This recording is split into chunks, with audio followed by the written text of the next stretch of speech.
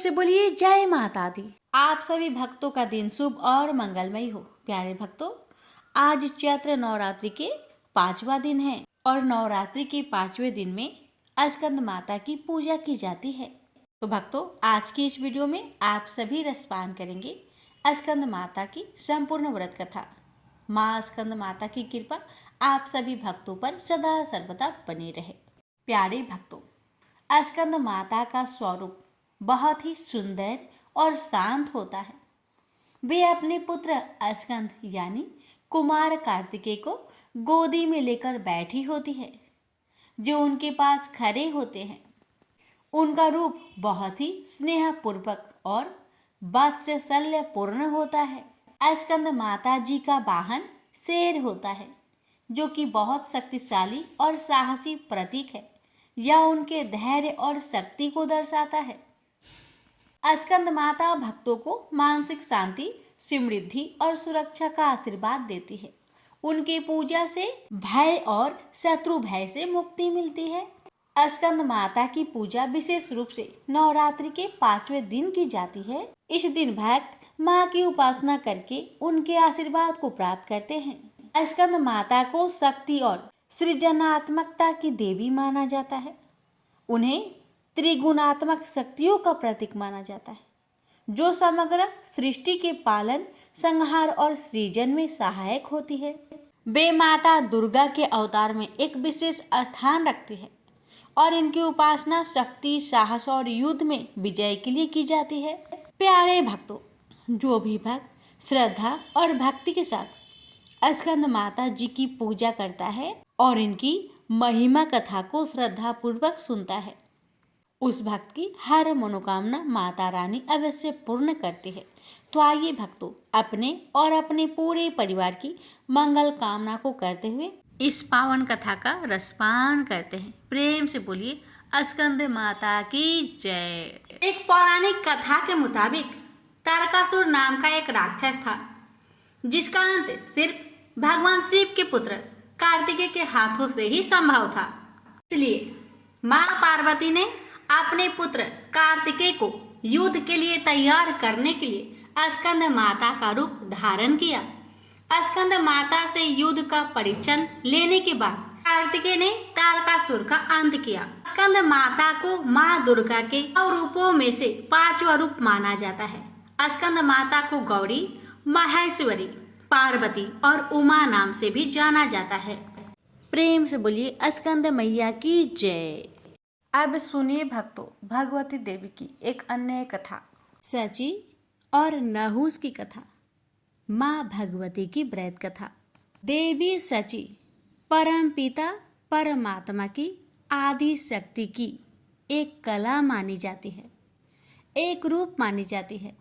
पूर्व काल में जब कहीं स्वयंवर होते थे, अर्थात राजा महाराजा अपनी कन्या के विवाह के लिए विभिन्न राज्यों के राजकुमारों को आमंत्रित करके उनमें से अपनी पसंद के वर को चुनने का कन्या को अवसर देते थे, तो देवी सची की ही सर्वप्रथम आह्वान करके स्थापना की जाती थी तथा उनकी पूजा अर्चना करके स्वयंवर की रस्म प्रारंभ होती थी। ऐसा माना जाता था कि देवी सची की आराधना करने से स्वयंवर में किसी प्रकार विघ्न नहीं पड़ता। इस प्रकार सची स्वर्ग के भोगों के बीच जल में कमल के समान निर्लिप्त रह रही थी कि अचानक स्वर्ग को भी दुखों ने आ घेरा। देवराज से एक भयानक भूल हो गई। यद्यपि उनका कार्य ही पृथ्वी पर सुख और शांति रखने के लिए असुरों और दानवों का नाश करना था, लेकिन उन्होंने एक बार बिना विचार किए भगवान के भक्त पितासुर का वध कर डाला। चारों ओर उनकी बुराई होने लगी। जिसने भी सुना इंद्र की निंदा की। चारों ओर से इंद्र पर जब घृणा और निंदा की बौछार पड़ने लगी, तो वह देवलोक छोड़कर भाग गए और मान सरोवर में जाकर एक कमल नाल में छिपकर बैठ गए। देवताओं ने इंद्र को बहुत खोजा, लेकिन जब इंद्र कहीं नहीं मिले तो उन्होंने ऋषि मुनियों से सलाह करके नहुस को इंद्रासन पर बैठा दिया। इंद्र का पद पाकर नहुस में अहंकार जाग उठा। उसने एक दिन राजसभा में कहा, गुरुदेव, आज मैं इंद्र के सिंहासन पर बैठा हूँ। सारे देवलोक पर मेरा अधिकार है। एरावत हाथी, उच्च श्रवा घोड़ा, कामधेनु गाय और परिजात मेरे अधिकार में है। इस पर इंद्र के वे सभी चीजें मेरे अधिकार में हैं जो अभी तक इंद्र के अधिकार में थी। फिर इंद्र की पत्नी सची अभी तक मेरे भवन में क्यों नहीं आई? इंद्र होने के नाते वह मेरी पत्नी है। उससे कहिए कि वह आज रात मेरे रंग भवन में आ जाए और फिर वहीं रहे। नहुस का संदेश लेकर गुरु बृहस्पति जब इंद्र की पत्नी सची के पास पहुंचे तो सची परेशान हो उठी। वह बोली, गुरुदेव, मैं पतिव्रता स्त्री हूँ। अपने पति के अतिरिक्त मैंने आज तक किसी परम पुरुष की ओर आंख उठाकर भी नहीं देखा। मैं नहुस की इस आज्ञा का पालन कैसे कर सकती हूँ? बृहस्पति बोले, इंद्राणी, इस संकट से यदि तुम्हें कोई उबार सकता है तो वह केवल माँ भगवती दुर्गा ही है। तुम उन्हीं की आराधना करो, वही तुम्हारी सहायता करेगी। सची बोली, ठीक है गुरुदेव, जाकर नहुस से कह दीजिए कि मैं आजकल देवी की आराधना कर रही हूँ। जब मेरी आराधना समाप्त हो जाएगी मैं स्वयं नहुस को अपने भवन में बुला लूंगी। बृहस्पति सची का संदेश लेकर नहुस के पास चले गए तो सची ने देवी की आराधना करनी आरंभ कर दी। उनकी आराधना से प्रसन्न होकर देवी ने प्रकट होकर कहा, मैं तुम्हारी हालत को अच्छी तरह जानती हूँ सची, बोलो मैं तुम्हारी क्या सहायता करूँ? सची बोली, माँ भगवती, न जाने मेरे पति कहाँ चले गए हैं। सारे देवता उन्हें खोज खोज कर थक गए हैं। मैं उनसे मिलना चाहती हूँ। भगवती दुर्गा बोली, मैं जानती हूँ कि इंद्र इस समय कहाँ हैं। तुम मान सरोवर पर चली जाओ, वहाँ मेरी एक मूर्ति रखी है। उस मूर्ति को लोग विश्वकामा देवी के नाम से पुकारते हैं। इंद्र आजकल नियमित रूप से उसी मूर्ति की पूजा करते हैं। वह तुम्हें वही मिल जाएंगे। सची बोली, जग जननी, नहुस को इंद्र का पद पाकर इतना अहंकार हो गया है कि वह देवलोक की प्रत्येक वस्तु की तरह मुझ पर भी अपना अधिकार समझने लगा है। उसने कहा है कि मैं उसके भवन में जाकर उसकी पत्नी के रूप में रहूं। भगवती दुर्गा बोली, नहुस से बचने का उपाय तुम्हें बता देती हूँ। तुम कल नहुस के पास संदेश भेज देना कि किसी ऐसी सवारी से मेरे भवन में पधारे, इसे ऋषि ढोकर लाए। देवी की कृपा से उसी दिन मान सरोवर पर सची की इंद्र के साथ भेंट हो गई और दूसरे दिन उन्होंने एक दासी से कहकर वह संदेश नहुस के पास भिजवा दिया जो देवी ने बताया था। दासी वह संदेश लेकर नहुस की राजसभा में पहुंची और बोली, महाराज, नहुस की जय हो। मैं देवराज इंद्र की पत्नी सची की दासी हूँ। उन्होंने मेरे द्वारा आपके लिए एक संदेश भेजा है। उन्होंने कहा है कि आज रात अपने भवन में वो आपका स्वागत करना चाहती है। नहुस बोला, ओ, यह तो बड़ी प्रसन्नता की बात है। हम रात को सची के भवन में पहुंच जाएंगे। दासी बोली, अवश्य पधारिए महाराज, लेकिन आप देवी के भवन में किसी ऐसी दिव्य सवारी में बैठकर जाए जिसे ऋषि ढो रहे हों।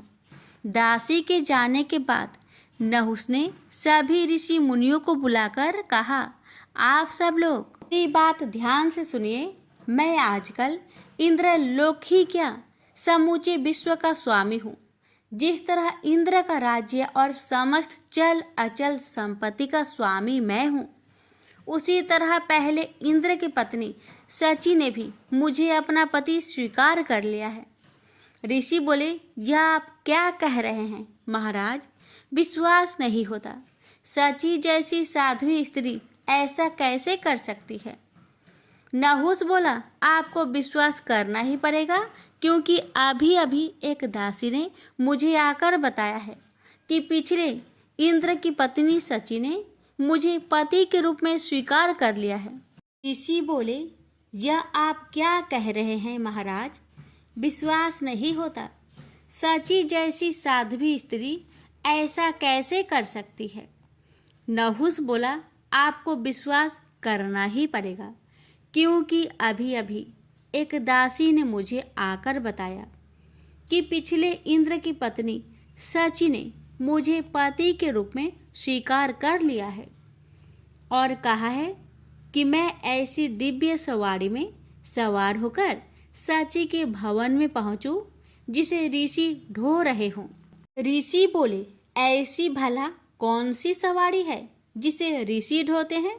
हमने तो आज तक ऐसी सवारी नहीं देखी। नहुस बोला, ऐसी सवारी पालकी होती है। आप लोग उसे कहारों के स्थान पर अपने कंधों पर ढोकर ले चलेंगे। मैं इंद्र हूँ, आपको मेरी इस छोटी सी आज्ञा का पालन हर हालत में करना होगा। नहुस की इस आज्ञा को सुनकर ऋषियों को बहुत बुरा लगा। जी चाहा कि नहुस को श्राप दे दे, लेकिन अचानक उनके मन में माँ भगवती ने एक नई भावना जगा दी। उन सभी ने सोचा कि नहुस के सर्वनाश के दिन निकट आ गए हैं, इसलिए उन्हें शांत रहना चाहिए। नहुस ने बड़ी बेचैनी से शाम की प्रतीक्षा की। शाम होते ही उसने ऋषि मुनियों को बुला लिया और एक खुली हुई पालकी में जा बैठा। ऋषियों ने पालकी के दोनों ओर निकले डंडे उसके कंधों पर रख लिए और सची के भवन की ओर चल दिए। ऋषियों ने कभी कंधों पर बोझ ढोया न था, अतः पालकी के डंडों और बोझ के कारण 4 कदम चलते ही उनके कंधे में दर्द होने लगा था, इसलिए उन्हें कदम बढ़ाने में तकलीफ होने लगी। नहुस तो उतावला हो रहा था। उसने पालकी को शीघ्रता के साथ ले जाने के लिए कहा। बेचारे वृद्ध ऋषि जैसे तैसे पालकी को और तेज ले जाने लगे, परंतु नहुस को अभी संतोष नहीं हुआ। ने कोरों से ऋषियों को पीटना प्रारंभ किया। अगस्त्य ऋषि को इससे अत्यंत क्रोध उत्पन्न हुआ और उन्होंने नहुस को भला बुरा कहते हुए श्राप दे दिया। दुष्ट, तू अजगर बनकर पृथ्वी पर गिर जा और लंबे समय तक अपने दुष्कर्मों का फल भोग। और ऐसा ही हुआ। नहुस अपने पापों के प्रतिफल के रूप में अजगर की योनि में पृथ्वी पर सैकड़ों वर्ष तक पड़ा रहा। भगवती दुर्गा की कृपा से देवराज इंद्र पुनः प्रकट हो गए और देवी सची के साथ स्वर्ग के सिंहासन पर बैठकर आनंद पूर्वक रहने लगे। प्रेम से बोलिए भगवती माता की जय। भक्तों, आप सुनिए महाभागवत देवी पुराण की कथा। इस अध्याय में दक्ष प्रजापति की शिव के प्रति देश बुद्धि, महर्षि दधीचि द्वारा दक्ष को समझाना तथा भगवान शिव के महात्म्य को बताना आदि बातें हैं। श्री महादेव जी बोले, तदंतर भगवान शंकर और सती की भर्त्सना करते हुए क्षीण पुण्य वाले दक्ष प्रजापति दुख से व्याकुल होकर रोने लगे। मुनिश्रेष्ठ, दुख से संतप हृदय वाले उन दक्ष को देखकर शिव जी की भक्ति में तत्पर रहने वाले परम ज्ञानी मुनि दधीचि ने उनसे यह वचन कहा।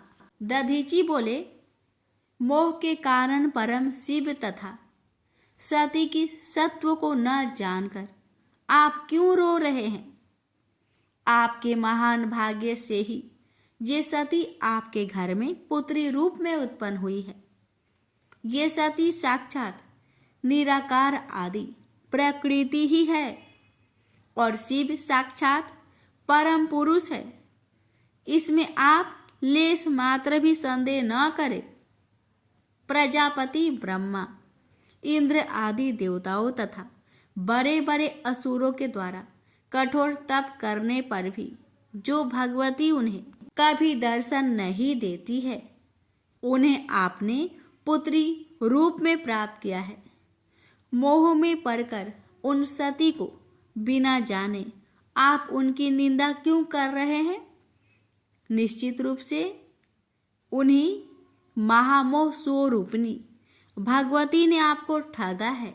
दक्ष बोले, वे शंभु आदि जगत के ईश्वर अनादि और परम पुरुष है तो भयंकर रूप तथा 3 नेत्रों वाले उन्हें प्रेमपति शमशान क्यों प्रिय है?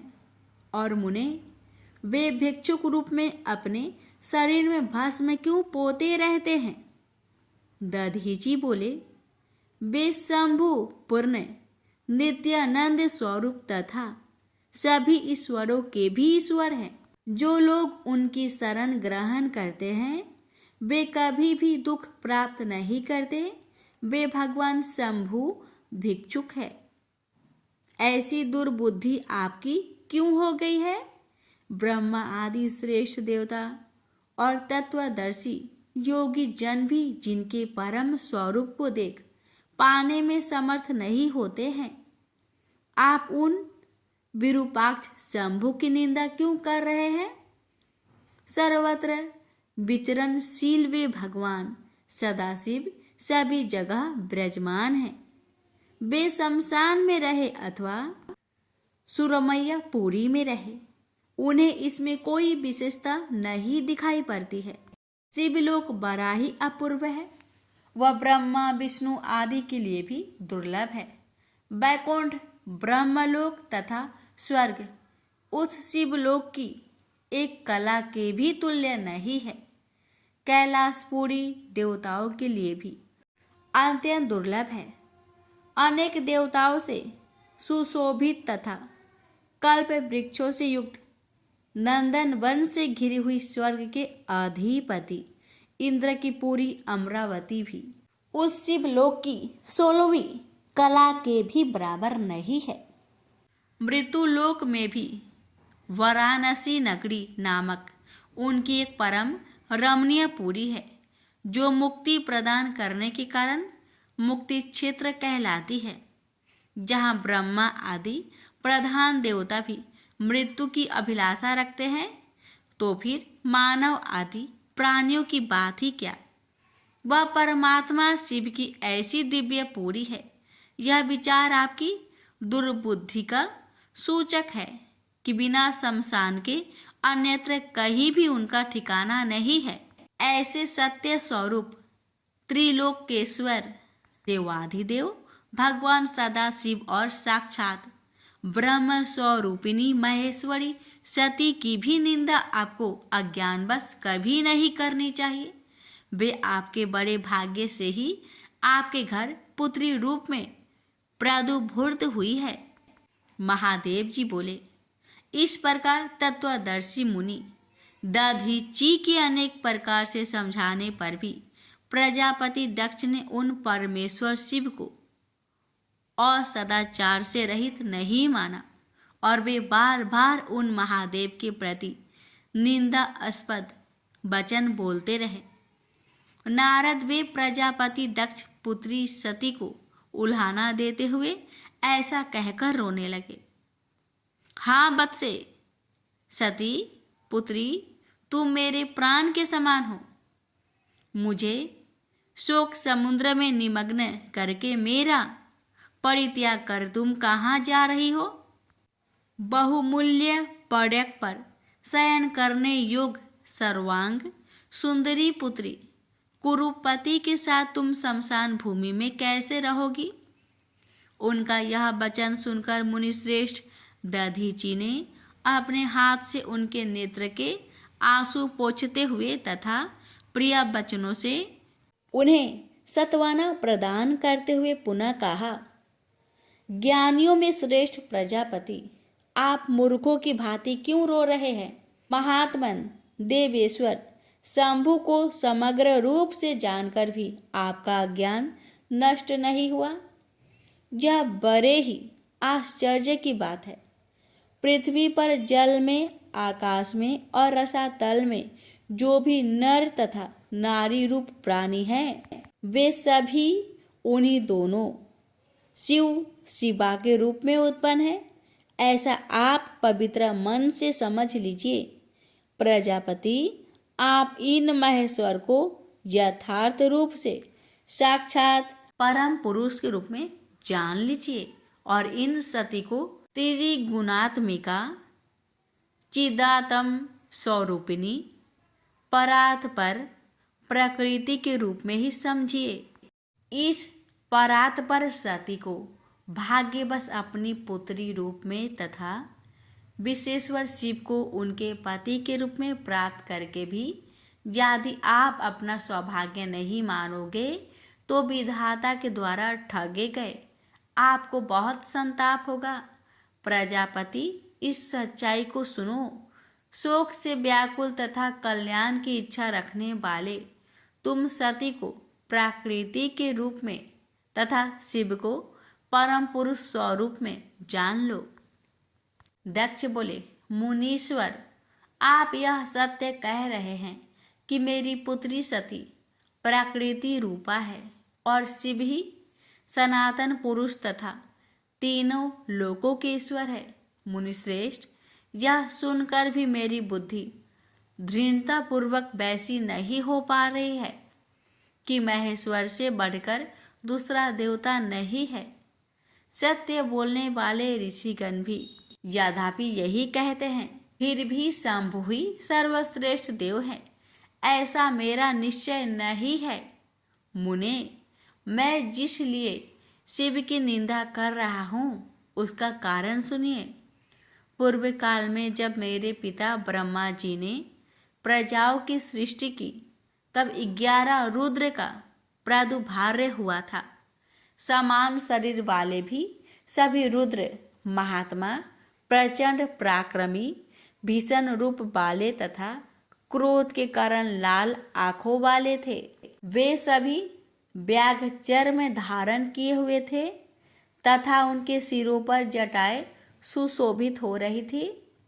वे सभी रुद्र ब्रह्मा जी की सृष्टि का लोप करने हेतु तत्पर हो गए। तब सृष्टि के लोप के लिए उद्धत उन रुद्र को देखकर ब्रह्मा जी ने आज्ञा देकर उन्हें शांत किया और मुझसे जोर देकर कहा, भयंकर कर्म वाले ये रुद्र जिस भी तरह से शांत हो जाए, तुम शीघ्र ही वैसा उपाय करो। पुत्र, मेरा आज्ञा से तुम इन्हें बस में करो। ब्रह्मा जी के इस प्रकार के वचन से भयभीत वे सभी भीषण पराक्रम वाले रुद्र मेरे अधीन हो गए और उनका बल तथा पराक्रम छीन हो गया। महामुने, उसी समय में मुझ में शिव के प्रति अनादर भाव उत्पन्न हो गया। मेरी आज्ञा के अधीन रहने वाले प्रचंड पराक्रमी ये रुद्र जिसके अंश से उत्पन्न हुए हैं, मेरे समक्ष उसकी क्या श्रेष्ठता है। मेरी पुत्री सती रूप तथा गुण से जिस प्रकार की है उसे तो आप भली भांति जानते ही हैं। अब मैं आपसे और क्या कहूँ।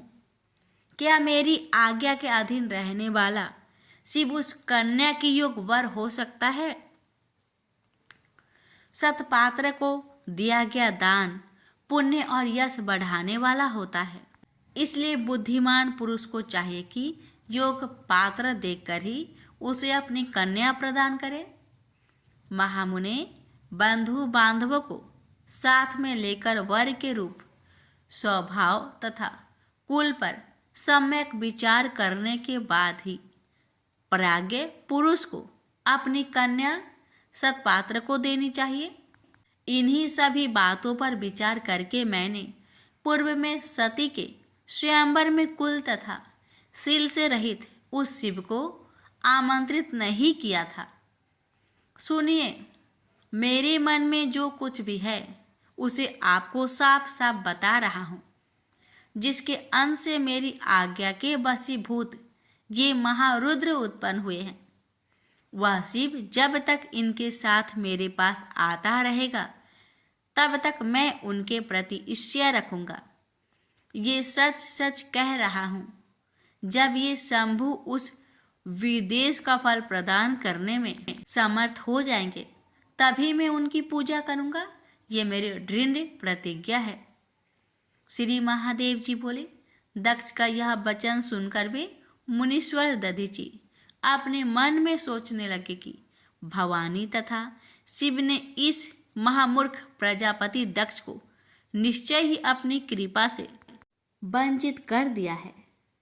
जो लोग मन, वाणी और कर्म से सती और महेश्वर का आश्रय ग्रहण करते हैं, वे भी मोह में पड़ जाने के कारण उन्हें भली भांति जानने में समर्थ नहीं हो पाते।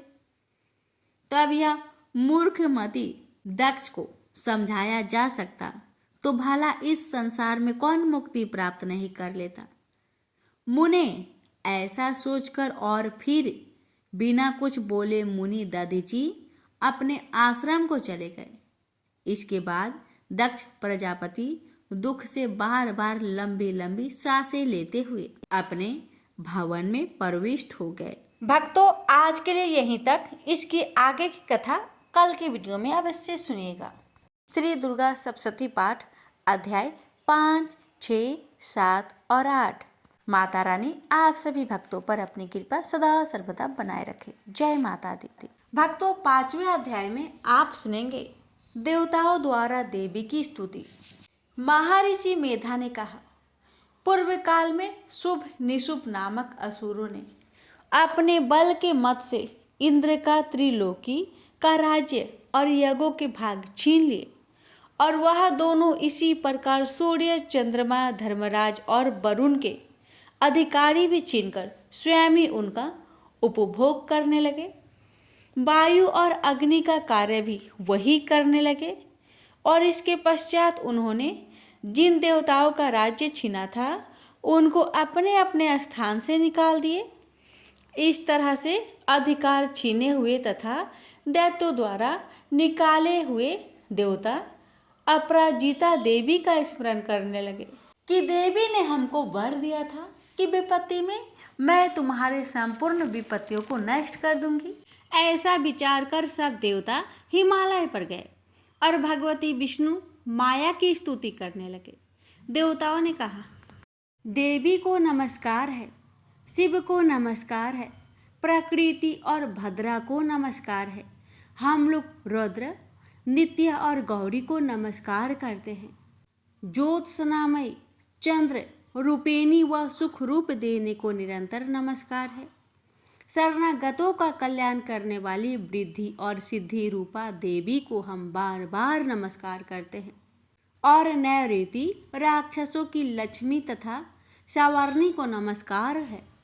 दुर्गा को दुर्गम स्थलों को पार करने वाली दुर्गपरा को सारा सर्वकारिणी ख्याति कृष्ण और धुर्मा देवी को सदैव नमस्कार है। अत्यंत सौम्य तथा अत्यंत रुद्र रूपा को हम नमस्कार करते हैं। उन्हें हमारा बारंबार प्रणाम है। जगत आधार भूताकृति देवी को बार बार नमस्कार करते हैं। जिस देवी को प्राणी मात्र विष्णु माया कहते हैं उनको नमस्कार है, उसको नमस्कार है। जो देवी संपूर्ण प्राणियों में चेतना कहलाती उसको नमस्कार है, उसको नमस्कार है, उसको नमस्कार है। जो देवी संपूर्ण प्राणियों में बुद्धि रूप से स्थित है उसको नमस्कार है, उसको नमस्कार है, उसको नमस्कार है। जो देवी सब प्राणियों में निद्रा रूप से विराजमान है उसको नमस्कार है, उसको नमस्कार है, उसको नमस्कार है। जो देवी संपूर्ण प्राणियों में क्षुधा रूप से विराजमान है उसको नमस्कार है, उसको नमस्कार है, उसको नमस्कार है। हे देवी संपूर्ण प्राणियों में छाया रूप से स्थिति है उसको नमस्कार है, उसको नमस्कार है, उसको नमस्कार है। जो देवी सब प्राणियों में शांति रूप से स्थित है उसको नमस्कार है, उसको नमस्कार है, उसको नमस्कार है। जो देवी सब प्राणियों में श्रद्धा रूप से स्थित है उसको नमस्कार है, उसको नमस्कार है, उसको नमस्कार है। जो देवी सब प्राणियों में कांति रूप में स्थित है उसको नमस्कार है, उसको नमस्कार है, उसको नमस्कार है। जो देवी सब प्राणियों में लक्ष्मी रूप से स्थित है, उसको नमस्कार है, उसको नमस्कार है, उसको नमस्कार है। जो देवी संपूर्ण प्राणियों में वृत्ति रूप से स्थित है, उसको नमस्कार है, उसको नमस्कार है, उसको नमस्कार है। जो देवी सब प्राणियों में दया रूप से स्थित है, उसको नमस्कार है, उसको नमस्कार है, उसको नमस्कार है। जो देवी संपूर्ण प्राणियों में तुष्टि रूप से स्थित है, उसको नमस्कार है, उसको नमस्कार है। जो देवी सब प्राणियों में मातृ रूप से विराजमान है, उसको नमस्कार है, उसको नमस्कार है, उसको नमस्कार है, उसको नमस्कार है। जो देवी सब प्राणियों में भ्रांति रूप से स्थित है, उसको नमस्कार है, उसको नमस्कार है, उसको नमस्कार है। जो देवी सब प्राणियों में नित्य रूप से स्थित है, उसको नमस्कार है, उसको नमस्कार है, उसको नमस्कार है। जो देवी संपूर्ण प्राणियों में चैतन्य रूप से स्थित है, उसको नमस्कार है, उसको नमस्कार है, उसको नमस्कार है। जो देवी संपूर्ण प्राणियों में भांति रूप से स्थित है, उसको नमस्कार है, उसको नमस्कार है, उसको नमस्कार है। जो देवी संपूर्ण प्राणियों में नित्य व्याप्त रहती है, उसको नमस्कार है। जो देवी चैतन्य रूप से इस संपूर्ण संसार को व्याप्त करके स्थित है, उसको नमस्कार है, उसको नमस्कार है, उसको नमस्कार है। पूर्व काल में देवताओं ने अपने अभीष्ट फल पाने के लिए जिसको स्तुति की है और देवराज इंद्र ने बहुत दिनों तक जिसका सेवन किया है, वह कल्याण की साधना भूता ईश्वरी हमारा कल्याण और मंगल करे तथा सारी विपत्तियों को नष्ट कर डाले। असुरों के सताए हुए हम संपूर्ण देवता उस परमेश्वरी को इस समय नमस्कार करते हैं तथा जो भक्ति पूर्वक स्मरण किए जाने पर तुरंत ही सब विपत्तियों को नष्ट कर देती है, वह जगदम्बा इस समय भी हमारा मंगल करके और हमारी विपत्तियों को दूर करे। महर्षि मेधा ने कहा, राजन, इस प्रकार जब देवता स्तुति कर रहे थे, उस समय पार्वती देवी गंगा में स्नान करने के लिए आई। तब उनके ही शरीर से प्रकट हुए शिवा देवी बोली, शुभ दैत्य के स्वर्ग से निकाले हुए और निशुम्भ से हारे हुए यह देवता मेरी ही स्तुति कर रहे हैं। पार्वती के शरीर से अंबिका निकली थी, इसलिए उसको संपूर्ण लोक में कौशिकी कहते हैं। कौशिकी के प्रकट रहने के पश्चात पार्वती देवी के शरीर का रंग काला हो गया और वह हिमालय पर रहने वाली कालिका देवी के नाम से प्रसिद्ध हुई। फिर शुभ और निशुभ के दूत चंडमुंड वहां आए।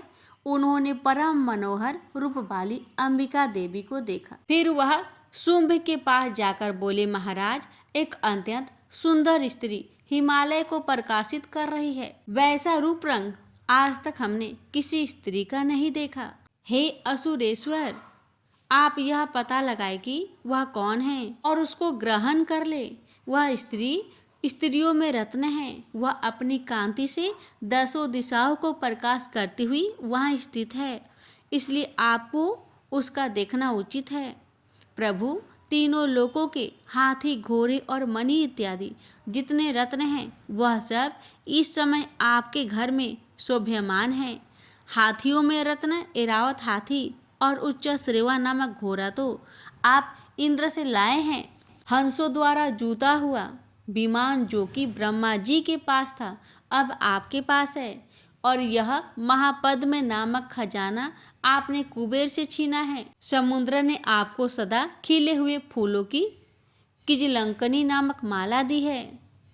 वरुण का कांचन वर्षा नामक छत्र आपके पास है और रथों में श्रेष्ठ प्रजापति का रथ भी आपके पास ही है। दैत्येंद्र मृत्यु की उत्तरा का तीदा नामक शक्ति भी आपसे छीन ली है और वरुण का पास भी आपके भ्राता निशुभ के पास ही है और समुद्र में पैदा होने वाले सब प्रकार के रत्न भी आपके भ्राता निशुंभ के अधिकार में है। और जो अग्नि में न जल सके ऐसा वस्त्र अग्निदेव ने आपको दिए हैं। दैत्यराज, इस प्रकार सारी रत्न रूपी वस्तुएं आप संग्रह कर चुके हैं, तो फिर आप यह कल्याणमयी स्त्रियों में रत्न रूप अनुपम स्त्री ग्रहण क्यों नहीं करते? महर्षि मेधा ने कहा। चंडमुंड का यह वचन सुनकर शुंभ ने कहा, सुग्रीव को अपना दूत बनाकर देवी के पास भेजा जाए।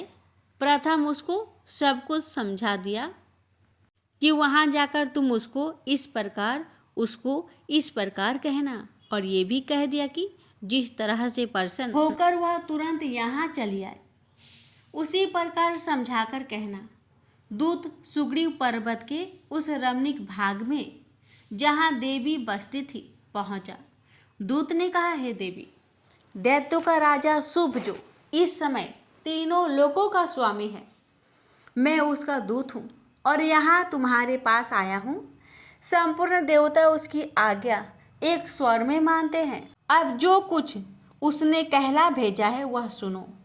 उसने कहा है, इस समय संपूर्ण त्रिलोकी मेरे बस में है और संपूर्ण यज्ञों के भागों को पृथक पृथक मैं ही लेता हूँ, और तीनों लोकों में जितने श्रेष्ठ रत्न हैं वह सब मेरे पास है। देवराज इंद्र का वाहन ऐरावत मेरे पास है, जो मैंने उससे छीन लिया है।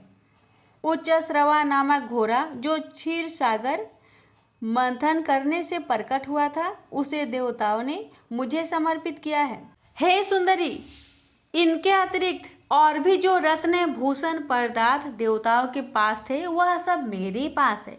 हे देवी, मैं तुम्हें संसार की स्त्रियों में रत्न मानता हूँ, क्योंकि रत्नों का उपभोग करने वाला मैं ही हूँ। हे चंचल कटाक्षों वाली सुंदरी, अब यह मैं तुझ पर छोड़ता हूँ कि तू मेरे या मेरे भाई महापराक्रमी निशुंभ की सेवा में आ जाए। यदि तू मुझे बरेगी तो तुझे अतुल महान ऐश्वर्य की प्राप्ति होगी। अतः तुम अपनी बुद्धि से यह विचार कर मेरे पास चली आओ। महर्षि मेधा ने कहा। दूत के ऐसा कहने पर संपूर्ण जगत का कल्याण करने वाली भगवती दुर्गा मन ही मन मुस्कुराई और इस प्रकार कहने लगी। देवी ने कहा, हे दूत, तू जो कुछ कह रहा है वह सत्य है और इसमें किंचित मात्र भी झूठ नहीं है। शुभ इस समय तीनों लोकों का स्वामी है और निशुंभ भी इसी तरह पराक्रमी है, किंतु इसके संबंध में मैं जो प्रतिज्ञा कर चुकी हूँ उसे मैं कैसे झुठला सकती हूँ। अतः तू मैंने जो प्रतिज्ञा की है उसे सुन। जो मुझे युद्ध में जीत लेगा और मेरे अभिमान को खंडित करेगा और बल में मेरे समान होगा, वही मेरा स्वामी होगा।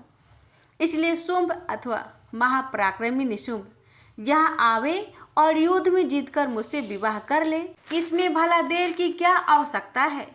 दूत ने कहा, हे देवी, तुम अभिमान में भरी हुई हो, मेरे सामने तुम ऐसी बात ना करो। इस त्रिलोकी में मुझे तो ऐसा कोई दिखाई नहीं देता जो कि शुंभ और निशुंभ के सामने ठहर सके। हे देवी, जब अन्य देवताओं में से कोई शुंभ व निशुंभ के सामने युद्ध में ठहर नहीं सकता, तो फिर तुम जैसी स्त्री उनके सामने रणभूमि में ठहर सकेगी। जिन शुंभ आदि असुरों के सामने इंद्र आदि देवता नहीं ठहर सके, तो फिर तुम अकेली स्त्री उनके सामने कैसे ठहर सकोगी। अतः तुम मेरा कहना मानकर उनके पास चली चलो, नहीं तो जब वह तुम्हें केस पकड़कर घसीटते हुए ले जावेंगे तो तुम्हारा गौरव नष्ट हो जाएगा। इसलिए मेरी बात मान लो। देवी ने कहा, जो कुछ तुमने कहा ठीक है। शुंभ और निशुंभ बड़े बलवान हैं, लेकिन मैं क्या कर सकती हूँ, क्योंकि मैं बिना विचारे प्रतिज्ञा कर चुकी हूँ। इसलिए तुम जाओ और मैंने जो कुछ कहा है वह सब आदर पूर्वक असुरेंद्र से कह दो। इसके पश्चात जो वह उचित समझे कर ले। जय माता दी। छठे अध्याय में सुनेंगे धूम्रलोचन वध की कथा। महर्षि मेधा ने कहा, देवी की बात सुनकर दूत क्रोध में भरा हुआ वहां से असुरेंद्र के पास पहुंचा और सारा वृत्तांत उसे कह सुनाया। दूत की बात सुन असुरेंद्र के क्रोध का पारावार न रहा और उसने अपनी सेनापति धूम्रलोचन से कहा, धूम्रलोचन, तुम अपनी सेना सहित शीघ्र वहां जाओ और उस दुष्टा को केसों से पकड़कर घसीटते हुए यहाँ ले आओ। यदि उसकी रक्षा के लिए कोई दूसरा खड़ा हो, चाहे वह देवता, यक्ष अथवा गंधर्व ही क्यों ना हो, उसको तुम अवश्य मार डालना। महर्षि मेधा ने कहा, शुंभ के इस प्रकार आज्ञा देने पर धूम्रलोचन 60,000 राक्षसों की सेना को साथ लेकर वहां पहुंचा और देवी को देख ललकार कर कहने लगा, अरे तू शुभ और निशुभ के पास चल। यदि तू प्रसन्नता पूर्वक मेरे साथ न चलेगी तो मैं तुझे केसों से घसीटता हुआ ले चलूंगा। देवी कहने लगी, असुरेंद्र का भेजा हुआ तेरे जैसा बलवान यदि बलपूर्वक मुझे ले जावेगा तो ऐसी दशा में मैं तुम्हारा क्या कर सकती हूँ। महर्षि मेधा ने कहा। ऐसा कहने पर धूम्रलोचन उसकी ओर लपका, किंतु देवी ने उसे अपनी हुक्कार से ही भस्म कर डाला। यह देखकर असुर सेना क्रोध होकर देवी की ओर बढ़ी, परंतु अंबिका ने उन पर तीखे बाणों, शक्तियों तथा फरसों की वर्षा आरंभ कर दी। इतने में देवी का वाहन भी अपनी ग्रीवा के बालों को झटकता हुआ और बड़ा भारी शब्द करता हुआ असुर सेना में कूद पड़ा। उसने कई असुर अपने पंजों से, कई अपने जबड़ा से और कई को धरती पर पटक कर अपने दांतों से घायल करके मार डाला। उसने कई असुरों को अपने नखों से पेट फाड़ डाले और कई असुरों को तो केवल थप्पड़ मारकर सिर धड़ से अलग कर दिया। कई असुरों की भुजाएं और सिर तोड़ डाले और गर्दन के बालों को हिलाते हुए उनके कई असुरों को पकड़कर पेट फाड़ कर उनका रक्त पी डाला। इस प्रकार देवी के उस महावाहन सिंह ने क्षण भर में असुर सेना को समाप्त कर दिया। शुंभ ने यह सुना कि देवी ने धूम्रलोचन असुर को मार डाला है और उसके सिंह ने सारी सेना का संहार कर दिया। तब उसका बड़ा क्रोध आया। उसके मारे क्रोध के होठ फड़कने लगे और उसने चंड और मुंड नामक महाअसुरों को आज्ञा दी, हे चंड, हे मुंड, तुम अपने साथ एक बड़ी सेना लेकर वहां जाओ और उस देवी के बाल पकड़कर और बांधकर तुरंत यहाँ ले आओ। यदि उसको यहाँ लाने में किसी प्रकार का संदेह हो तो अपनी सेना सहित उससे लड़ते हुए उसको मार डालो, और जब वह दुष्ट और उसका सिंह दोनों मारे जाए तभी उसको बांधकर यहाँ ले आना। प्रेम से बोलिए जय माता दी। 7वें अध्याय में आप रसपान करेंगे चंड और मुंड की वध की कथा। महर्षि मेधा ने कहा, दैत्यराज की आज्ञा पाकर चंड और मुंड चतुरंगिनी सेना को साथ लेकर हथियार उठाए देवी से लड़ने के लिए चल दिए। हिमालय पर्वत पर पहुंचकर उन्होंने मुस्कुराती हुई देवी को, जो सिंह पर बैठी हुई थी, देखा। अब उनको पकड़ने के लिए तलवारें लेकर उनकी ओर बढ़े। तब अंबिका को उन पर बड़ा क्रोध आया और मारे क्रोध के उनका मुख काला पड़ गया, उनकी भ्रुकुटियां चढ़ गई और उनके ललाट में से अत्यंत भयंकर तथा अत्यंत विस्तृत मुख वाली लाल आंखों वाली काली प्रकट हुई, जो अपने हाथों में तलवार और पास लिए हुए थी। वह विचित्र खड्ग धारण किए हुए थी तथा चीते के चर्म की साड़ी एवं नरमुंड की माला पहन रखी थी। उसका मांस सूखा हुआ था और शरीर केवल हड्डियों का ढांचा था और भयंकर शब्द से दिशाओं को पूर्ण कर रही थी। वह असुर सेना पर टूट पड़ी और दैत्यों को भक्षण करने लगी। वह पार्श राक्षसों, अंकुशधारी महावतों, हाथियों पर सवार योद्धाओं और घंटा सहित हाथियों को एक हाथ से पकड़ पकड़ कर अपने मुंह में डाल रही थी, और इसी प्रकार वह घोड़ों, रथों, सारथियों व रथों में बैठे हुए सैनिक को मुंह में डालकर भयानक रूप से चबा रही थी।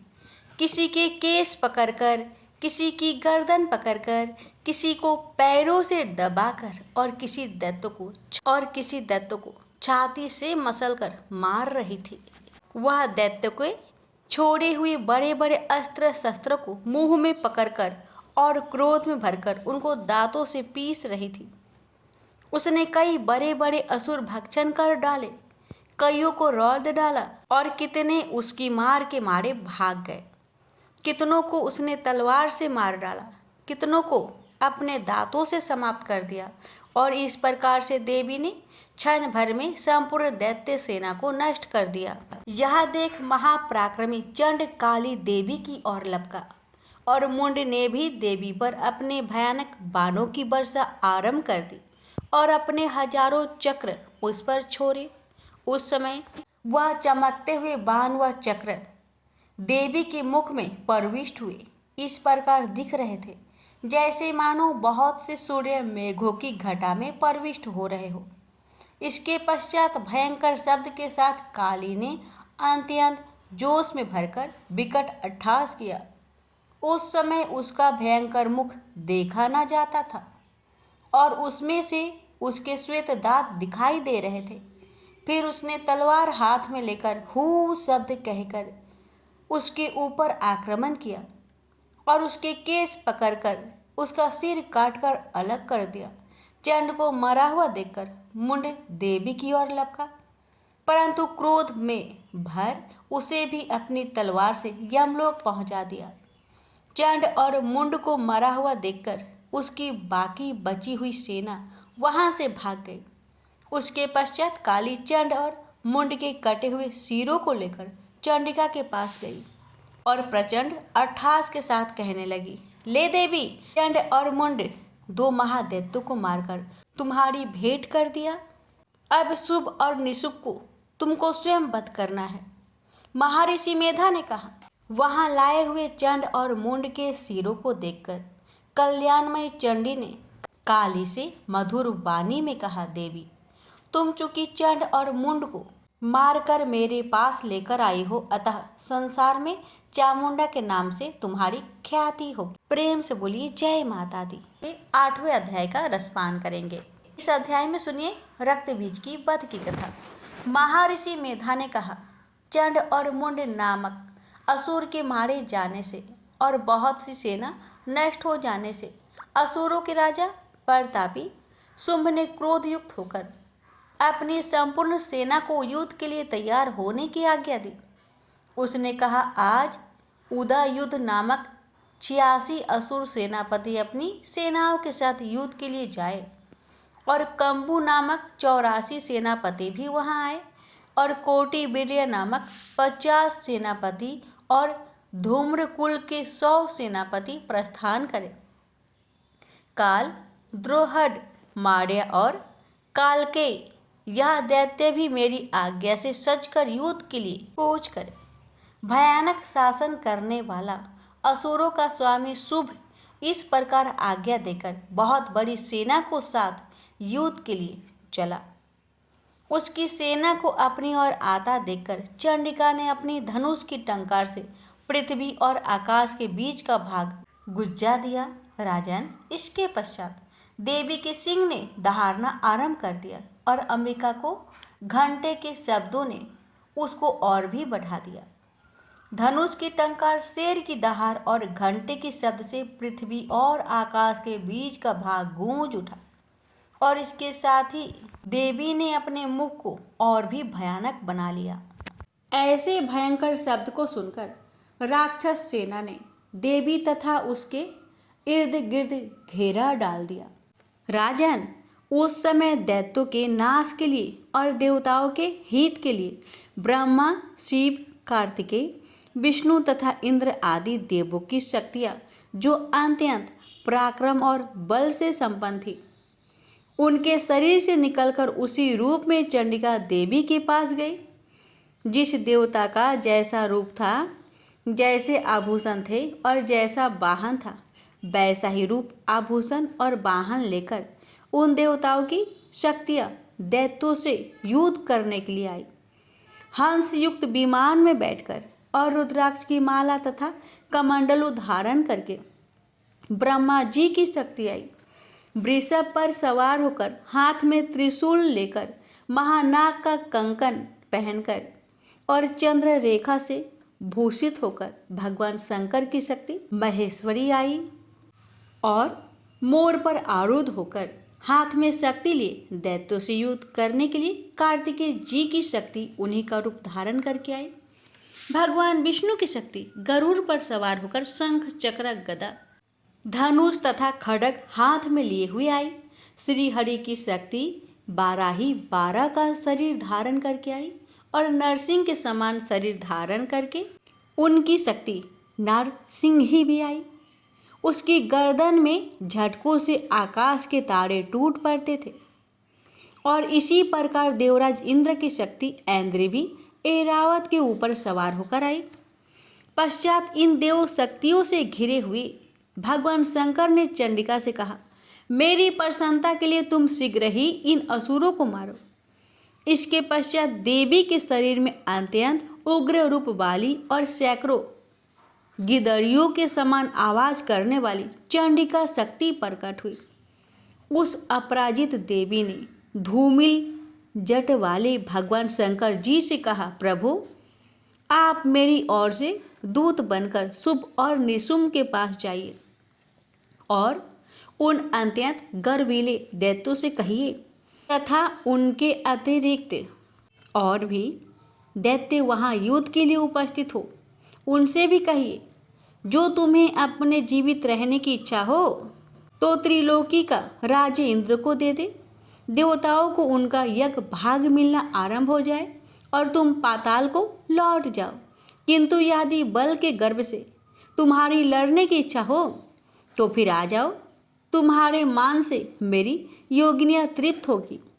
चूँकि उस देवी ने भगवान शंकर को दूत के कार्य में नियुक्त किया था, इसलिए वह संसार में शिवदूती के नाम से विख्यात हुई। भगवान शंकर से देवी का संदेश पाकर दैत्यों का क्रोध का कोई आर पार न रहा और वह जिस स्थान पर देवी विराजमान थी वहां पहुंचे और जाने के साथ ही उस पर बाणों और शक्तियों की वर्षा करने लगे। देवी ने उनके फेंके हुए बाणों, शक्तियों, त्रिशूल और फरसों को अपने बाणों से काट डाला और काली देवी उस देवी के साथ आगे खड़ी होकर शत्रुओं को त्रिशूल से विदर्न करने लगी और खड्वाक से कुचलने लगी और ब्रह्मानी जिस तरफ दौड़ती थी उसी तरफ अपने कमंडलों का जल छिड़ककर दैत्यों के वीर्य व बल को नष्ट कर देती थी। और इसी प्रकार माहेश्वरी त्रिशूल से, वैष्णवी चक्र से और अत्यंत कोप वाली कौमारी शक्ति द्वारा असुरों को मार रही थी और ऐन्द्री के बाजू के प्रहार से सैकड़ों दैत्य रक्त की नदियां बहाते हुए पृथ्वी पर सो गए। बाराही ने कितने ही राक्षसों को अपनी थुथुन द्वारा मृत्यु के घाट उतार दिया। डाढ़ों के अग्रभाग से कितने ही राक्षसों की छाती को चीर डाला और चक्र की चोट से कितने को विदर्न करके धरती पर डाल दिया। बड़े बड़े राक्षसों को नरसिंही अपने नखों से विदर्न करके भक्षण कर रही थी और सिंहनाद से चारों दिशाओं को गुजाती हुई रणभूमि में विचर रही थी। शिवदूती के प्रचंड अट्ठास से कितने ही दैत्य भयभीत होकर पृथ्वी पर गिर पड़े और उसके गिरते ही वह उनको भक्षण कर गई। इस तरह क्रोध में भरे हुए मातृगणों के नाना प्रकार की उपयोगों से बड़े बड़े असुरों को मरते हुए देखकर राक्षसी सेना भाग खड़ी हुई और उनको इस प्रकार भागता देखकर रक्तबीज नामक महापराक्रमी राक्षस क्रोध में भरकर युद्ध के लिए आगे बढ़ा। उसके शरीर से रक्त की बूंदें पृथ्वी पर गिरती थी तो वैसे ही शरीर वाला तथा वैसा बलवान दैत्य पृथ्वी से उत्पन्न हो जाता था। रक्तबीज गदा हाथ में लेकर ऐन्द्री के साथ युद्ध करने लगा। जब ऐन्द्री शक्ति ने अपने वज्र से उसको मारा तो घायल होने के कारण उसके शरीर से बहुत सा रक्त चलने लगा और उसकी प्रत्येक बूंद से उसके समान ही बलवान तथा महापराक्रमी अनेकों दैत्य भयंकर रूप में प्रकट हो गए। वह सबके सब दैत्य रक्तबीज के समान ही बलवान तेज वाले थे। वो भी भयंकर अस्त्र शस्त्र लेकर देवियों के साथ लड़ने लगे। जब ऐन्द्री के वज्र प्रहार से हजारों से उसके मस्तक पर चोट लगी और रक्त बहने लगा तो उसमें से हजारों पुरुष उत्पन्न हो गए।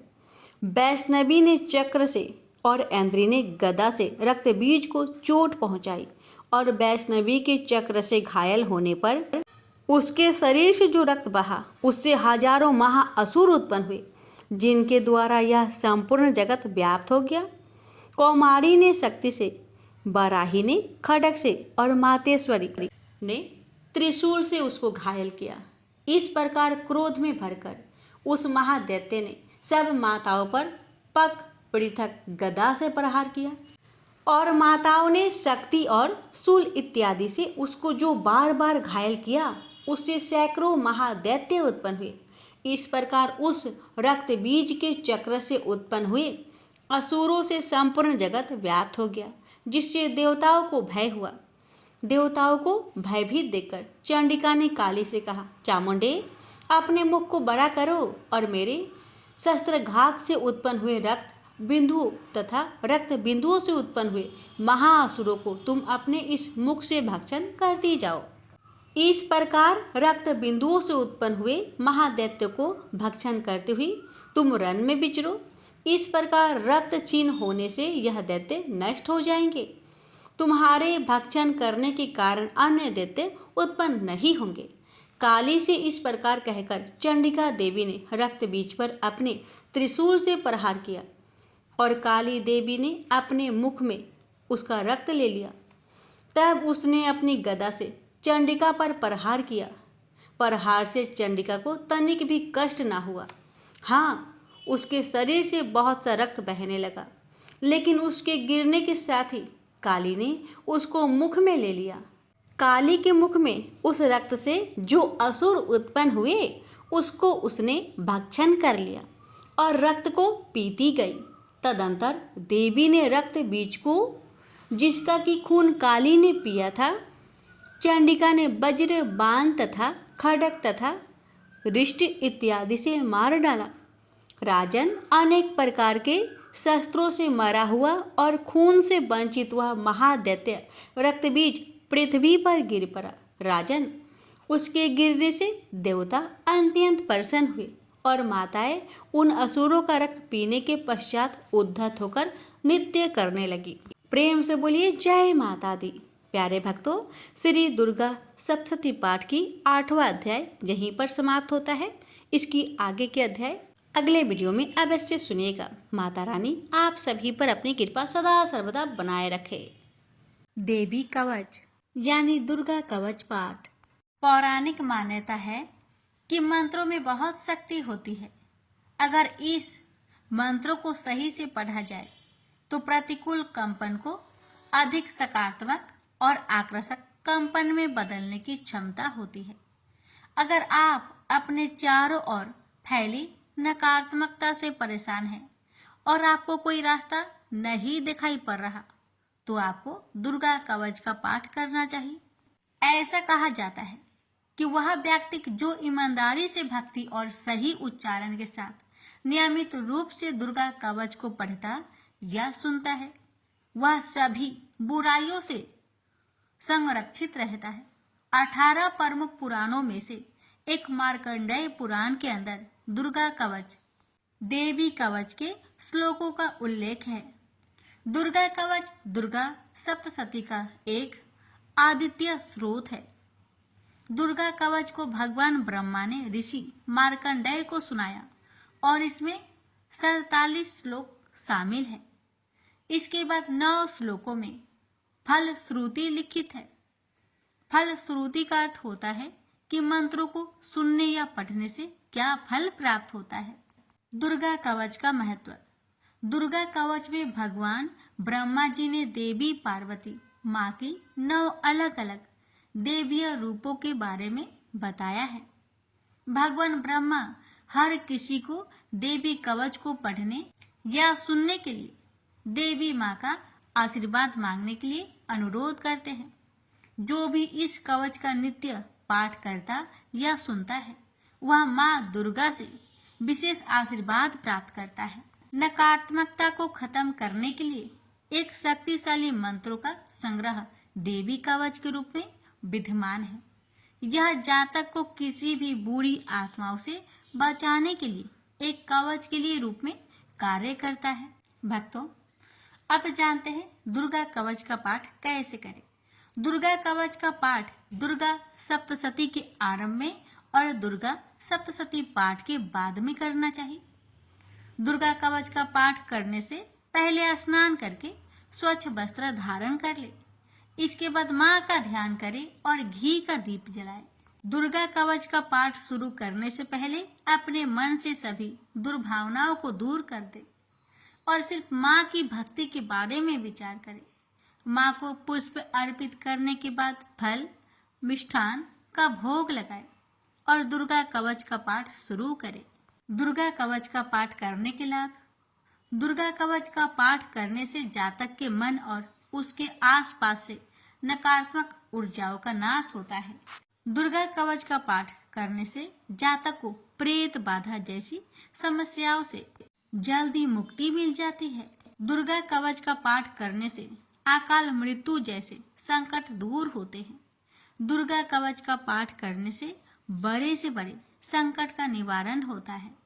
दुर्गा कवच का पाठ करने से असाध्य रोगों से मुक्ति मिलती है। इतना ही नहीं, दुर्गा कवच का पाठ से न्यायालय से जुड़ी मामलों में जीत हासिल होती है। भक्तों, इस पावन दुर्गा कवच का पाठ करने से इतना ही नहीं, शत्रुओं में भी विजय हासिल होती है। अब जानिए दुर्गा कवच पाठ करने के कुछ नियम। दुर्गा कवच करते समय शब्दों के उच्चारण का विशेष ध्यान देना चाहिए। अगर आप संस्कृत में पाठ नहीं कर पा रहे तो हिंदी में पाठ करें, लेकिन गलत उच्चारण में इसका पाठ कभी ना करें। दुर्गा कवच का पाठ करते समय प्याज, लहसुन, तंबाकू, मांस, मदिरा और किसी भी प्रकार के तामसिक भोजन को ना ग्रहण करें। दुर्गा कवच का पाठ करते समय पूर्ण ब्रह्मचर्य का पालन करना चाहिए। दुर्गा कवच का पाठ करते समय मन में कोई भी छल कपट, लोभ, लालच को नहीं रखना चाहिए और सच्चे मन से माँ की आराधना करनी चाहिए। दुर्गा कवच का पाठ करते समय स्वच्छ और सुगंधित वातावरण होना चाहिए। आसपास गंदगी ना हो, इसका विशेष ध्यान देना चाहिए। आइए रसपान करते हैं। श्री दुर्गा कवच पाठ प्रारंभ है। महर्षि मार्कंडेय बोले, हे पितामह, संसार में जो गुप्त हो और मनुष्यों की सब प्रकार से रक्षा करता हो और जो आपने किसी को आज तक न बताया हो, वह कवच मुझे बताइए। श्री ब्रह्मा जी कहने लगे, अत्यंत गुप्त व सब प्राणियों की भलाई करने वाला कवच मुझसे सुनो। प्रथम शैलपुत्री, दूसरी ब्रह्मचारिणी, तीसरी चंद्र घंटा, चौथी कुष्मांडा, पांचवी स्कंद माता, छठी कात्यायनी, सातवीं कालरात्रि, आठवीं महागौरी, नौवीं सिद्धिदात्री। यह देवी की 9 मूर्तियां हैं और यह 9 दुर्गा कहलाती है। आग में जलता हुआ रण में शत्रु से घेरा हुआ, विषम संकट में फंसा हुआ मनुष्य आदि दुर्गा के नाम का स्मरण करे तो उनको कभी भी कोई हानि नहीं होती। रण में उसके लिए कुछ भी आपत्ति नहीं और ना उसे किसी प्रकार का दुख या डर ही होता है। हे देवी, जिसने श्रद्धा पूर्वक तुम्हारा स्मरण किया है उसकी वृद्धि होती है और जो तुम्हारा चिंतन करते हैं उनकी तुम निस्संदेह रक्षा करने वाली हो। चामुंडा प्रेत पर, वारही भैंसे पर, ऐन्द्री हाथी पर, वैष्णवी गरुड़ पर आसन जमाती है। हे महेश्वरी, बैल पर, कौमारी मोर पर और हाथ में कमल लिए हुए विष्णु प्रिया लक्ष्मी जी की कमल के आसन पर विराजती है। बैल पर बैठी हुई ईश्वरी देवी ने श्वेत रूप धारण कर रखा है और ब्रह्मी देवी हंस पर बैठती है और सब प्रकार के आभूषणों से विभूषित है। इस प्रकार यह सब माताएं सब प्रकार के योग शक्तियों से युक्त और अनेक प्रकार के रत्न धारण किए हुए हैं। भक्तों की रक्षा के लिए संपूर्ण देवियां रथ में बैठी तथा क्रोध में भरी हुई दिखाई देती है और ये शंख, चक्र, गदा, शक्ति हल और मूसल, खेटक और तोमर, परशु तथा पास, कुंत और त्रिशूल एवं उत्तम सारंग, धनुष आदि शास्त्रों को दैत्य के नाश के लिए और भक्तों की रक्षा के लिए है और देवताओं के कल्याण के लिए धारण किए हैं। हे महारुद्रे, अत्यंत घोर पराक्रम, महान बल और महान उत्साह वाली देवी, तुमको मैं नमस्कार करता हूँ। हे देवी, तुम्हारा दर्शन दुर्लभ है तथा आप शत्रुओं के भय को बढ़ाने वाली है। हे जगदम्बिके, मेरी रक्षा करो। पूर्व दिशा में ऐन्द्री मेरी रक्षा करे, अग्निकोण में अग्नि शक्ति, दक्षिण में वाराही देवी, नेतृत्व कोण में खड़क धारिणी देवी मेरी रक्षा करे। बारूनी पश्चिम दिशा में, वायु कोण में मृग वाहिनी, उत्तर में कौमारी और ईशान में शूलधारिणी देवी मेरी रक्षा करे। ब्राह्मणी ऊपर की ओर से मेरी रक्षा करे और वैष्णवी देवी नीचे की ओर मेरी रक्षा करे। और इसी प्रकार 100 पर बैठी चामुंडा देवी 10 दिशाओं में मेरी रक्षा करे। जया आगे, विजया पीछे, बाई और अजीता, दाहिनी और अपराजिता मेरी रक्षा करे। उधोतिनी देवी शिखा की रक्षा करे तथा उमा सिर में स्थित होकर रक्षा करे। इसी प्रकार मस्तक में मालाधरी देवी रक्षा करे और यशस्वी देवी मेरी भौहों का संरक्षण करे। भौहों के मध्य भाग में त्रिनेत्रा नथुनों की यम घंटा देवी रक्षा करे। नेत्रों के मध्य में शंखिनी देवी और द्वार बासिनी कानों की रक्षा करे। कपोलों की कालिका देवी और कानों के मूल भाग की भगवती साकरी रक्षा करे। सुगंधा नासिका में और चर्चिका ऊपर की होठ में और अमृत कला नीचे की होठ की, सरस्वती देवी जीभ की रक्षा करे। कौमारी देवी दांतों की और चंडिका कंठ परिवेश की रक्षा करे। चित्र घंटा गले की घंटी की और महामाया तालू की रक्षा करे। कामाक्षी ठोड़ी की, सर्वमंगला बानी की रक्षा करे। भद्रकाली गर्दन की और धनुर्धरी पीठ के मेरुदंड की रक्षा करे। कंठ के बाहरी भाग की नीलग्रीवा और कंठ की नली की नलकुबरी रक्षा करे। दोनों कानों की खाडिंगिनी और वज्रधारिणी मेरी दोनों बाहों की रक्षा करे। दंडिनी दोनों हाथों की और अंबिका देवी समस्त उंगलियों की रक्षा करे। सुलेश्वरी देवी संपूर्ण नखों की, कुलेश्वरी देवी पेट की रक्षा करे। महादेवी दोनों स्तनों की, शोक विनाशिनी मन की रक्षा करे। ललिता देवी हृदय की, शूलधारिणी उदर की रक्षा करे। कामिनी नाभि की, गुहोश्वरी गुहा स्थान की, पुतना और कामिका लिंग की और महिषावाहिनी गुदा की रक्षा करे। भगवती खटी भाग में और विंध्यावासिनी घुटनों की रक्षा करे। संपूर्ण इच्छाओं को पूर्ण करने वाली महाबला देवी दोनों पिंडलियों की रक्षा करे। नरसिंही दोनों टकुनों की और तेजसी देवी दोनों पावों के पृष्ठ भाग की, श्रीधरी पावों की अंगुलियों की तथा बासनी पैर की तलुओं की। दंष्ट्रा करालिनी देवी नखों की, ऊर्ध केशविनी केशों की, बागेश्वरी त्वचा की रक्षा करे। रोमा बलियों के छेद्रों की, कौबेरी और त्वचा की बागेश्वरी देवी रक्षा करे। पार्वती देवी रक्त, मज्जा, बसा, मांस, हड्डी की रक्षा करे। कालरात्रि आंतों की रक्षा करे। मुकुटेश्वरी देवी पित्त की, पद्मावती कमल कोश की, चूड़ामणि कफ की रक्षा करे। ज्वालामुखी नसों के जल की रक्षा करे। अभेदा देवी शरीर के सब जोड़ों की रक्षा करे। ब्राह्मणी मेरे वीर्य की, क्षत्रेश्वरी छाया की और धर्म धारिणी मेरे अहंकार मन तथा बुद्धि की रक्षा करे। प्राण अपान समान उदान और व्यान की वज्रहस्ता देवी रक्षा करे। कल्याण शोभना मेरी प्राण की रक्षा करे। रस रूप गंध शब्द और स्पर्श इन विषयों का अनुभव करते समय योगिनी देवी मेरी रक्षा करे तथा मेरे सत्व गुण रजोगुण तमोगुण की रक्षा नारायणी देवी करे। आयु की रक्षा बाराही देवी करे।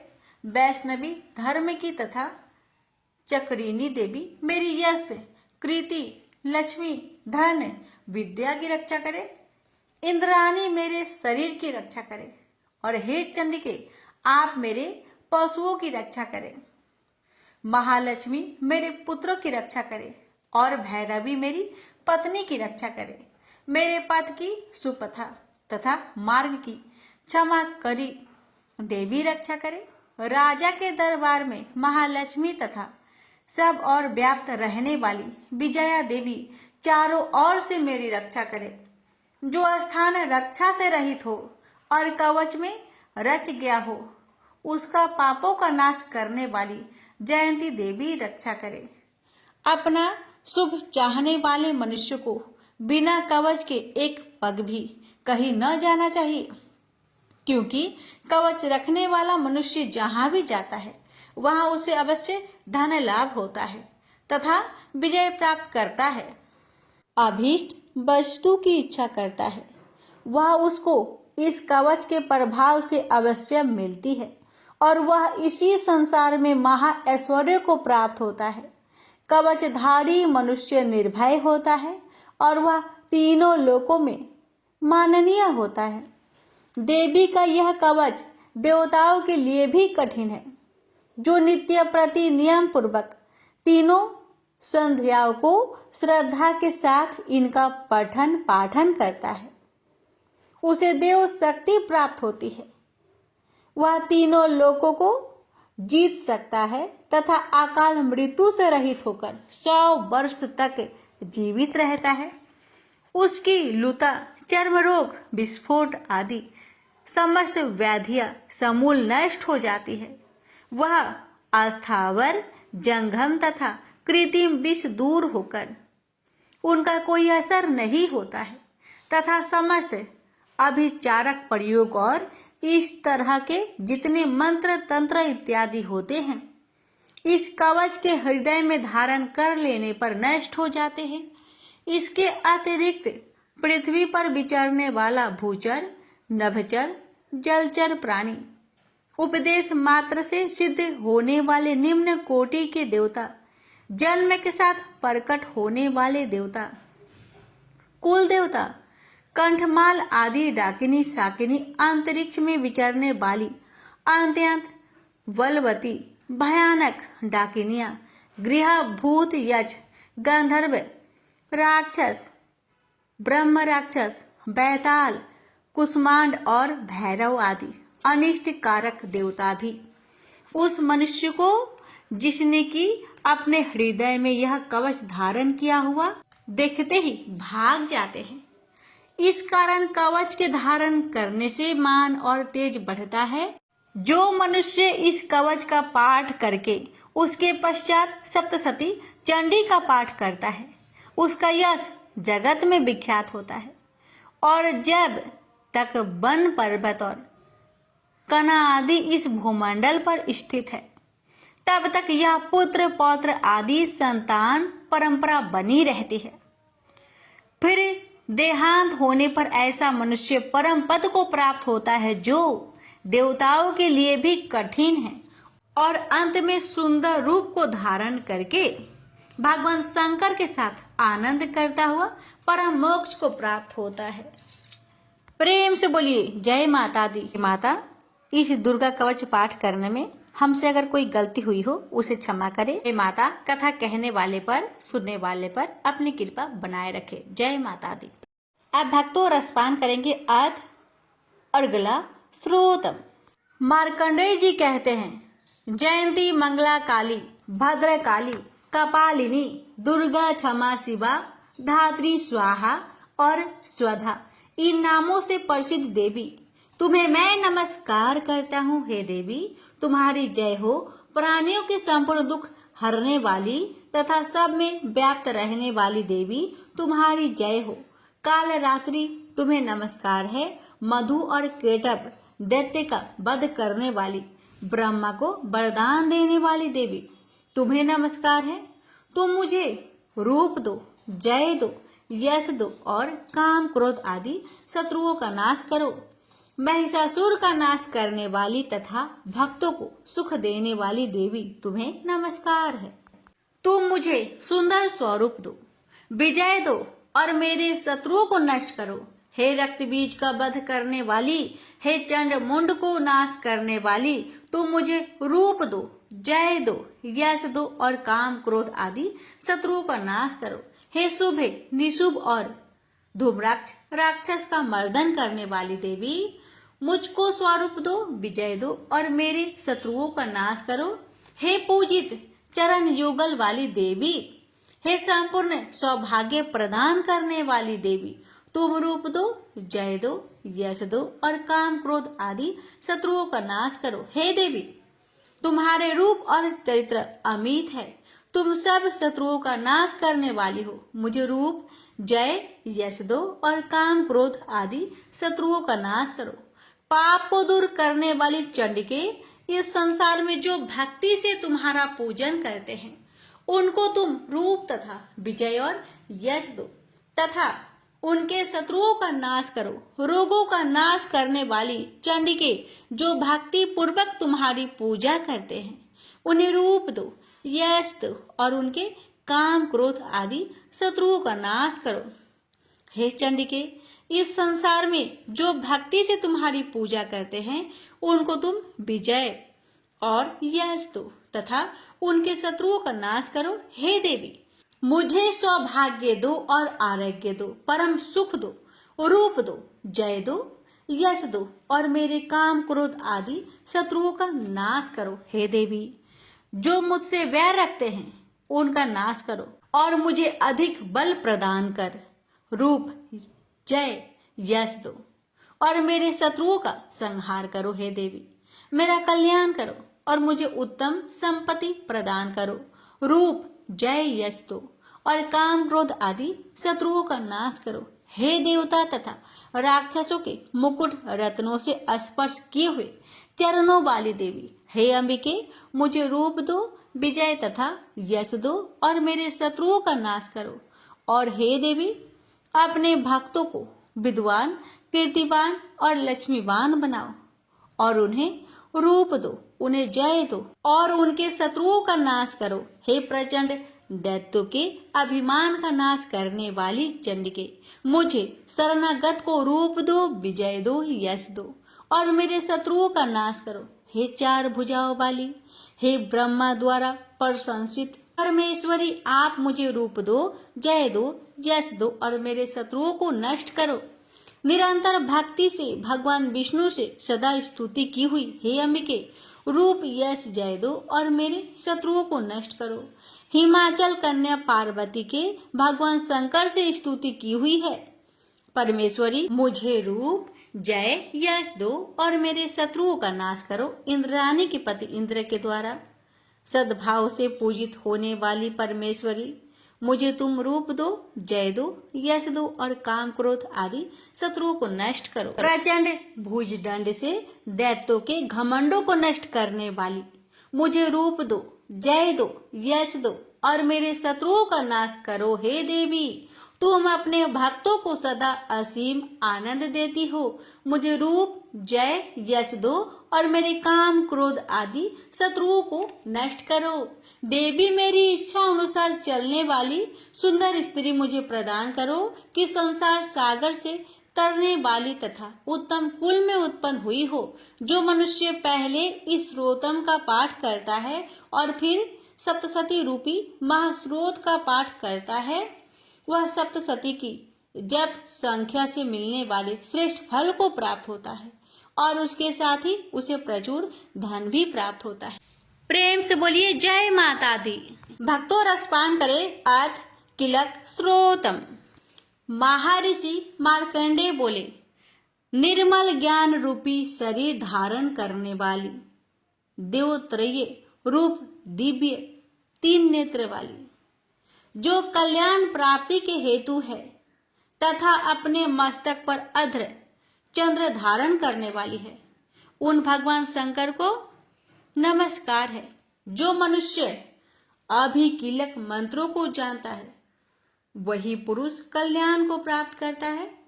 जो अन्य मंत्रों को जाप कर केवल सप्तशती स्रोत से ही देवी की स्तुति करता है, उसको इससे ही देवी की सिद्धि हो जाती है।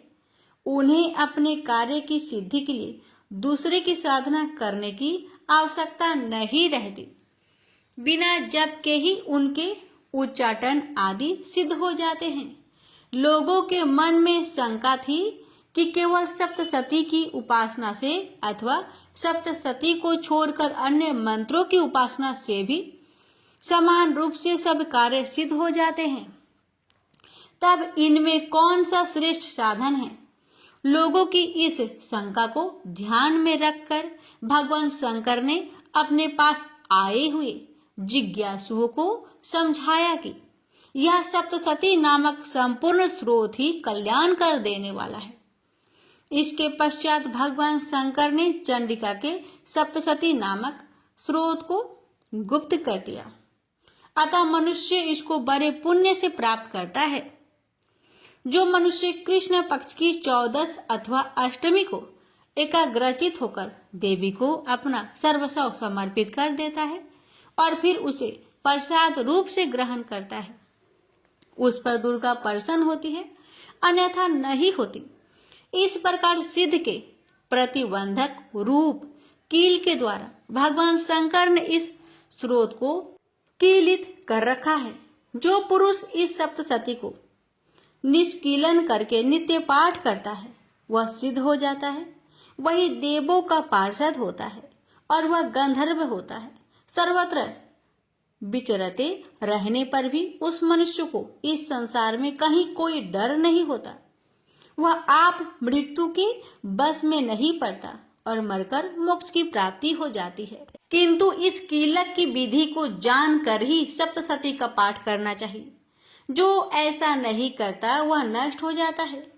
कीलन और निष्कीलन संबंधी जानकारी के पश्चात ही यह स्रोत निर्दोष होता है और विद्वान पुरुष इस स्रोत का ही पाठ आरंभ करते हैं।